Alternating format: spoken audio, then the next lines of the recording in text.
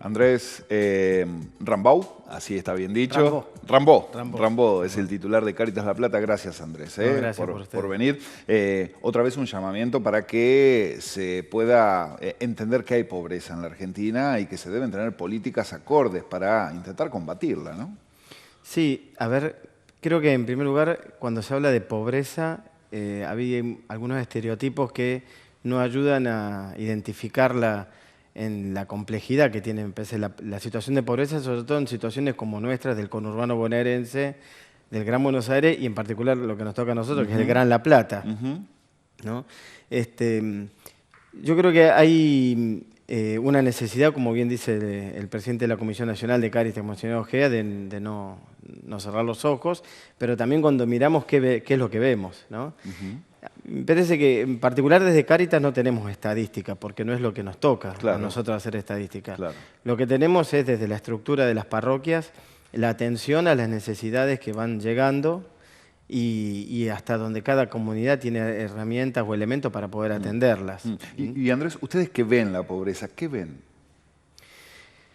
Y es difícil porque es muy variable, incluso en los periodos del año y en particular en estos días previos a un acto eleccionario de tanta importancia.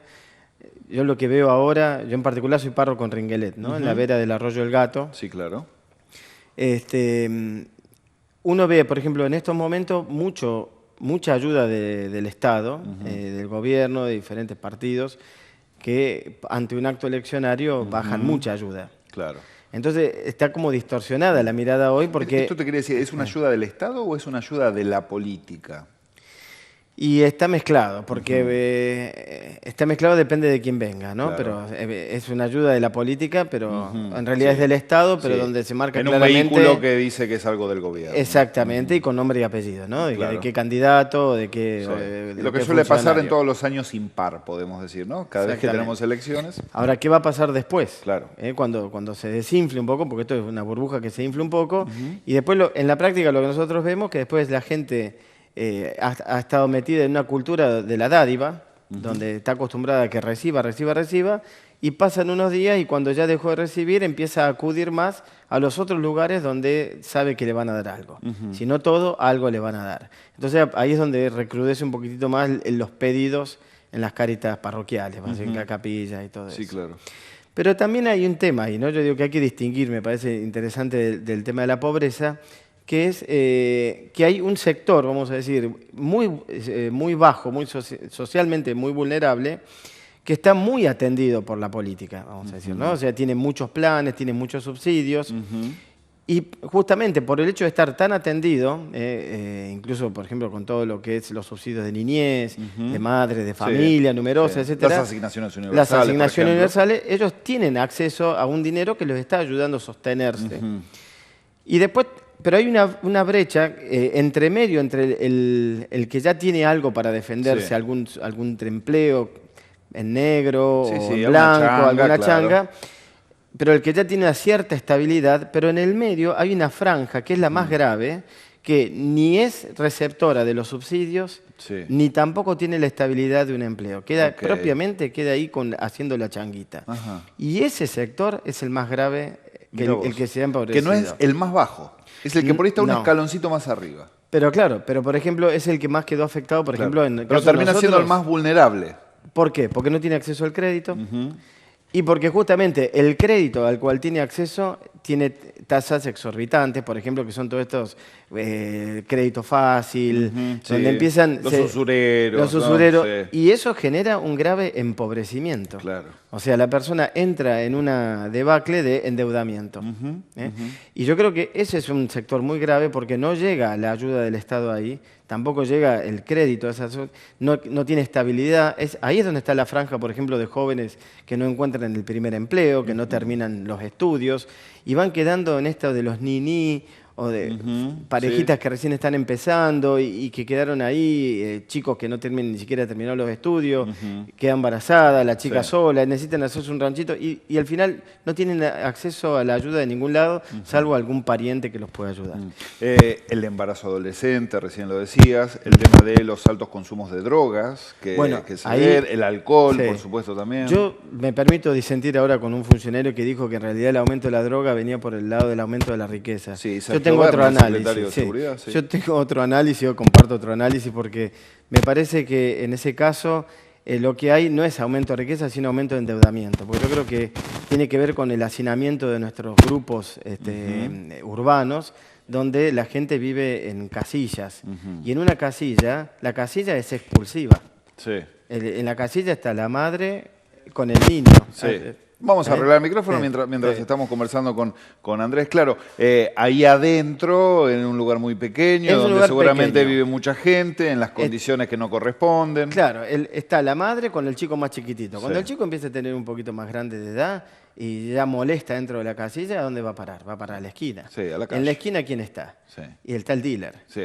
Entonces es un problema, porque cuando está el dealer, le ofrece al principio, por nada, basura. El chico empieza a consumir y en un muy poquito tiempo empieza en una escalada de endeudamiento.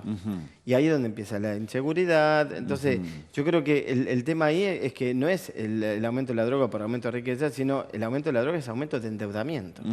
Entonces, es un empobrecimiento inclusive de estas capas.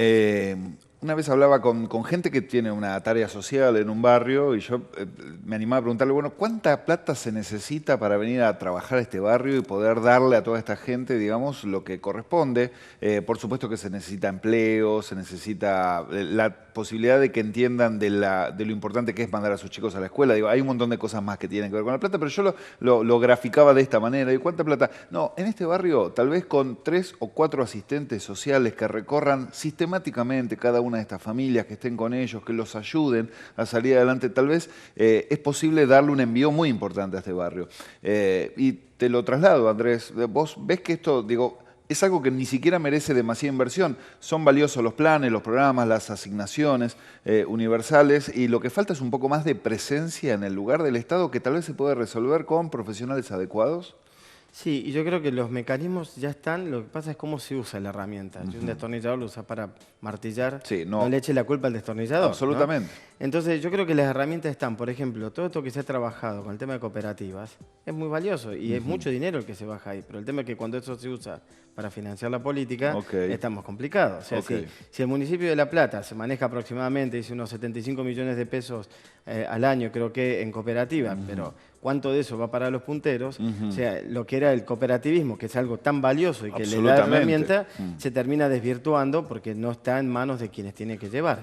Y a veces un poquito de la cultura, de trabajar la cultura del trabajo con la gente, del cooperativismo, de la solidaridad. Me parece que trabajando un poquito de todas las herramientas que ya están, pero que están desaprovechadas, la cosa cambia. Voy a hacer un ejemplo, ¿no? Sí. Nosotros en Ringuelea y con un grupo de amigos hace unos años hicimos una fundación que existe todavía, que es Entrelazos. Nos dedicamos a trabajar con becas para el sostenimiento de chicos que están en riesgo de abandono escolar. ¿Cuánto vale que un chico no deje la escuela? En términos económicos, centavos. Y lo valioso que es, poco. lo valioso que es absolutamente valioso. En la práctica, te voy a decir que vale muy poco, o sea, o cuesta muy poco, pero cuesta tiempo, cuesta trabajo, cuesta compromiso. Pero al Estado le cuesta muy poco que un chico no deje la escuela si tiene al lado alguien que le dice, sos valioso. Mira, ¿sabes qué? Es importante esto que estás haciendo. Y si vos querés hacer el esfuerzo, hay gente que te va a acompañar. Lo que vos decías, la figura del asistente o del acompañante. Una persona que dé contención. Pero que le diga al chico, mira, tu vida es valiosa y tu esfuerzo vale. ¿Y la gente vulnerable se acerca a la iglesia? ¿Se acerca a la parroquia? Digo, ¿encuentra en la iglesia por ahí o tampoco? Digamos, hay un descreimiento institucional general, digamos. No, yo diría, a ver, en general la gente te dice, no, Cáritas, y hace poco salió como la institución más Cáritas confiable. Tiene una chapa, como se dice habitualmente, indiscutida. Claro, pero el ideario está confundido, porque la gente te dice, yo creo en Cáritas, pero lo único que le traen a Cáritas es ropa usada o algún alimento. Claro. Y nosotros de Cáritas estamos trabajando en adicción, estamos trabajando en empleo joven, en Sí, empleo... no solo el día de la colecta, No todos solo los el día de la días. colecta, trabajamos con el tema bueno, de prevención y atención, incluso ayudar a la cultura del trabajo. Pero la gente no entiende que Cáritas está en eso, o no lo tiene metido en el imaginario. Entonces, decir, ¿por qué la gente no entiende esto? Quizás es un defecto nuestro de Cáritas, Ok. no habernos sabido relacionar más con la comunidad todavía, ¿no? 60 años cumple Cáritas. 60 años. Sí. Brevemente, ¿por qué nació Cáritas? Cáritas nace en Europa, Sí. en el ámbito de la posguerra, en Sí. la reconstrucción europea de la posguerra. En realidad no tuvo un fundador, sino que fue la coordinación de varios emprendimientos en esa Europa arrasada por la guerra. Las iglesias empezaron a unirse para ver cómo reconstruían las sociedades. Después, unos años después, la Santa Sede valora y coordina esta iniciativa y le pone el nombre de Cáritas Internacional. Y el primer lugar en Argentina donde llegó Cáritas fue en La Plata. Ah, sí, acá. O sea, Cáritas está en Argentina porque está hace 60 años acá en La Plata. Porque fue pionera en la ciudad capital de la provincia. Exactamente. Así Es que muy interesante. el resto de Cáritas en el país es una consecuencia. Después trabaja así, vamos a decir, coordinadamente. No es que somos la Cáritas central, ¿no? No, claro. Sino cada diócesis tiene su Cáritas. Sí, claro. Pero el primer lugar donde estuvo acá fue Mira, La Plata. no sabía.